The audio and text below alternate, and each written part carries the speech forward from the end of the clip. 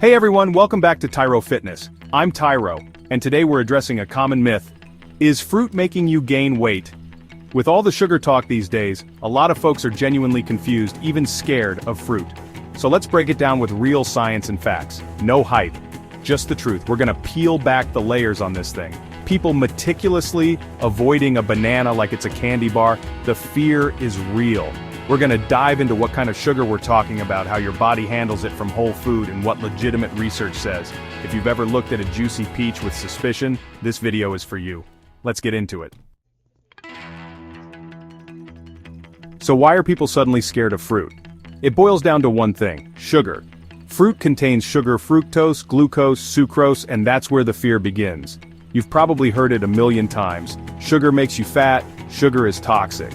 But here's what most people miss. Fruit sugar comes packaged differently. When you eat an apple, you're not just getting fructose. You're getting fiber, water, vitamins, minerals, antioxidants. That fiber slows down the absorption of the sugar, so you don't get that crazy blood sugar spike and crash.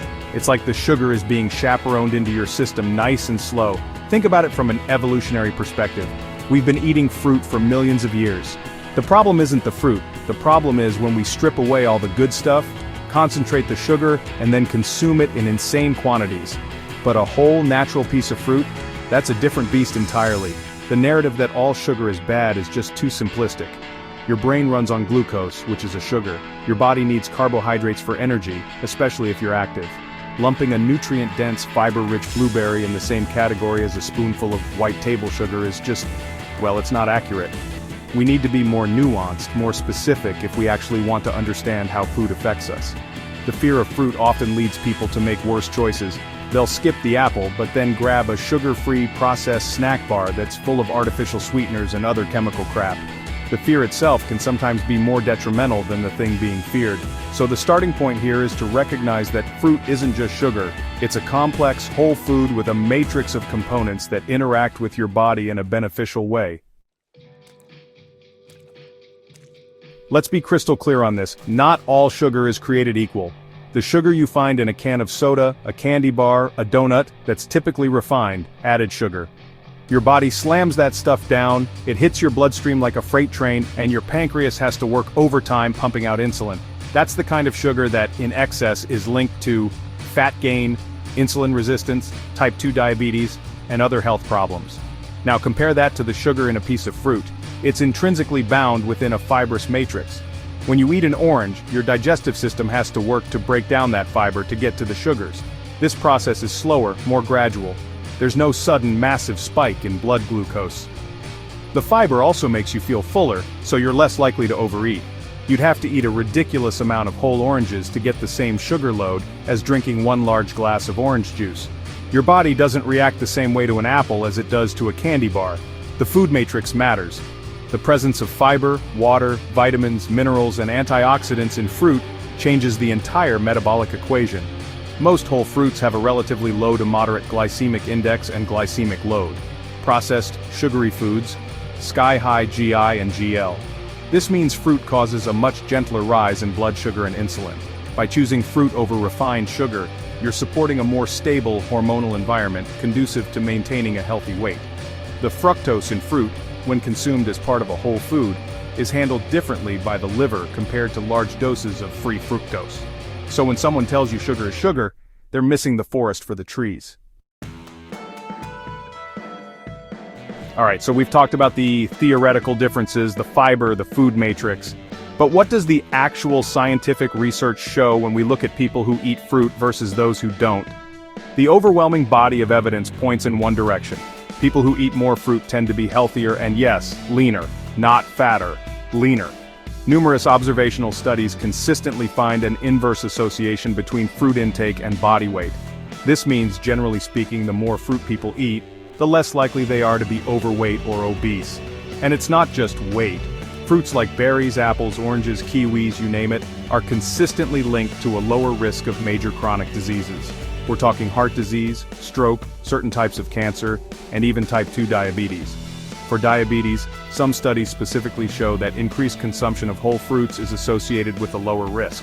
If you're snacking on an apple or a handful of berries, you're probably not snacking on chips, cookies, or some other calorie-dense, nutrient-poor processed crap. Fruit is high in volume, high in water, high in fiber, all things that contribute to satiety. It helps you feel full on fewer calories. Beyond satiety, the micronutrients in fruit play a huge role.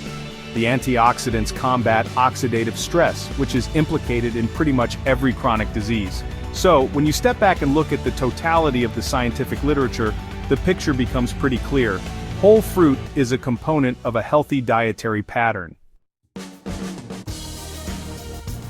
Okay, so we've established that whole fruit is generally good for you, but the question that always comes up is, are all fruits created equal? Or are some fruits better choices than others? There's definitely a spectrum when it comes to the sugar and calorie content of different fruits. It doesn't mean any of them are bad, but being aware of these differences can be helpful.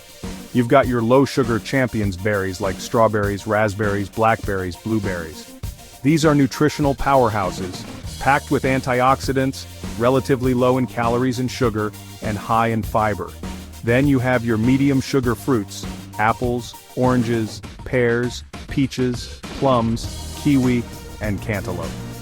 These are still excellent choices offering a good balance of sweetness, fiber, vitamins, and minerals. An apple a day, right? There's a reason that saying exists. And then you have the fruits that are naturally higher in sugar: bananas, mangoes, grapes, cherries, figs, dates, and pomegranates. Dried fruits like raisins or dried apricots are also very concentrated in sugar because the water has been removed. Now, does higher sugar mean avoid at all costs? Absolutely not. Bananas are a fantastic source of potassium. Mangoes are loaded with vitamin A and C. Dates are packed with fiber and minerals. The key with these higher sugar fruits is simply to be mindful of portion sizes. 1 banana is fine, 5 bananas in one sitting might be overdoing it. Ultimately, variety is your friend when it comes to fruit. Eating a wide range of different colored fruits ensures you're getting a broad spectrum of nutrients and phytochemicals. For the vast majority of people, the message isn't to fear any specific whole fruit, but rather to incorporate a sensible variety into a balanced diet. Now, while whole, fresh fruit gets a big thumbs up, there are definitely ways that fruit can become a problem. The number one culprit here is fruit juice. When you juice a fruit, you strip away almost all of the incredibly valuable fiber. What you're left with is essentially sugar water with some vitamins. Drinking a glass of apple juice is not the same as eating an apple. Your body absorbs that liquid sugar incredibly fast, leading to a rapid spike in blood sugar and insulin. Many studies link high consumption of fruit juice to an increased risk of type 2 diabetes and weight gain. Then there's dried fruit. While dried fruits do retain their fiber and nutrients, they are incredibly concentrated in sugar and calories. It's very easy to overeat them. A small box of raisins can have as much sugar as a candy bar. Canned fruit can also be a minefield. If it's canned in its own juice or water, it's generally okay. But fruit canned in heavy syrup? That's just fruit swimming in sugar water. The syrup adds a ton of unnecessary refined sugar. You're often better off choosing frozen fruit if fresh isn't available. And let's not forget fruit-flavored yogurts, fruit snacks for kids, fruit roll-ups, jams, and jellies with tons of added sugar. These are often more candy than fruit. The golden rule is this: stick to whole, fresh, or frozen fruit whenever possible. Read labels carefully on anything packaged. If the ingredient list is a mile long and full of different types of sugar and things you can't pronounce, it's probably not the healthy choice you think it is. The problem isn't the fruit itself, it's what we to the fruit. So, how much fruit should you actually be eating per day? Is there a magic number? Most major health organizations recommend at least 2 servings of fruit per day as part of a healthy diet. A serving is typically defined as 1 medium-sized piece of fruit or about a cup of berries or chopped fruit. For many people, aiming for 2 to 4 servings of whole fruit per day is a pretty good target. This could look like a banana with your breakfast, an apple as an afternoon snack, and a cup of berries in your yogurt or as dessert. Individual needs can vary quite a bit. If you're a highly active individual, an athlete, or someone with a physically demanding job, your carbohydrate and energy needs are higher. You can likely handle and may even benefit from more fruit.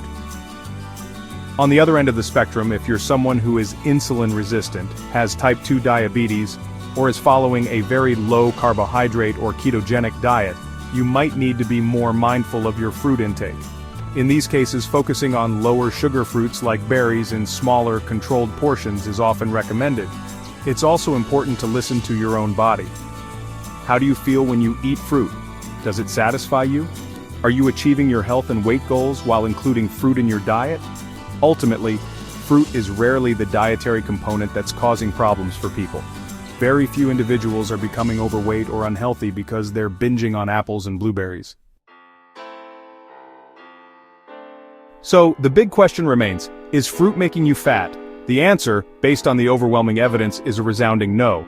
For the vast majority of people, whole natural fruit is not the enemy in the battle against the bulge. In fact, it's more likely to be a powerful ally. Blaming fruit for weight gain is like blaming the rain for a flood when the levees are made of paper. It's easy to point the finger at the natural sugars in fruit when the real dietary villains are the ultra-processed foods, sugary beverages, and our increasingly sedentary lifestyles. These are the factors driving the obesity epidemic, not the occasional apple or banana. Context and overall dietary pattern are everything. Fruit is packed with fiber, which promotes satiety and helps regulate blood sugar. It's loaded with water, adding volume without a lot of calories. It's bursting with essential vitamins, minerals, and antioxidants that support overall health and a well-functioning metabolism. These are all qualities that with weight management, not hinder it. When you choose fruit as a snack, you're typically displacing less healthy options. The fear of fruit is largely a byproduct of the oversimplification and demonization of carbohydrates and sugar in general. Our bodies are designed to metabolize carbohydrates, especially when they come from whole food sources like fruits. So, let's stop being scared of nature's candy. Fruit is a delicious, nutritious, and satisfying part of a healthy human diet. Thanks for watching Tyro Fitness. I'm Tyro, and I hope this cleared up some of the fog around fruit and sugar. Now that you know the truth about fruit, hopefully, you can eat it without guilt, and with confidence. Enjoy those delicious, nutrient-packed gifts from nature. Remember, the key to a healthy diet isn't about fearing individual whole foods, it's about building a balanced and sustainable eating pattern. Fruit is a fantastic part of that pattern for most people.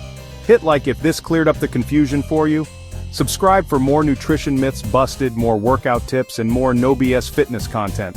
Drop a comment below with your favorite fruit. Let's keep the conversation going. Stay strong, stay informed, and I'll see you in the next video.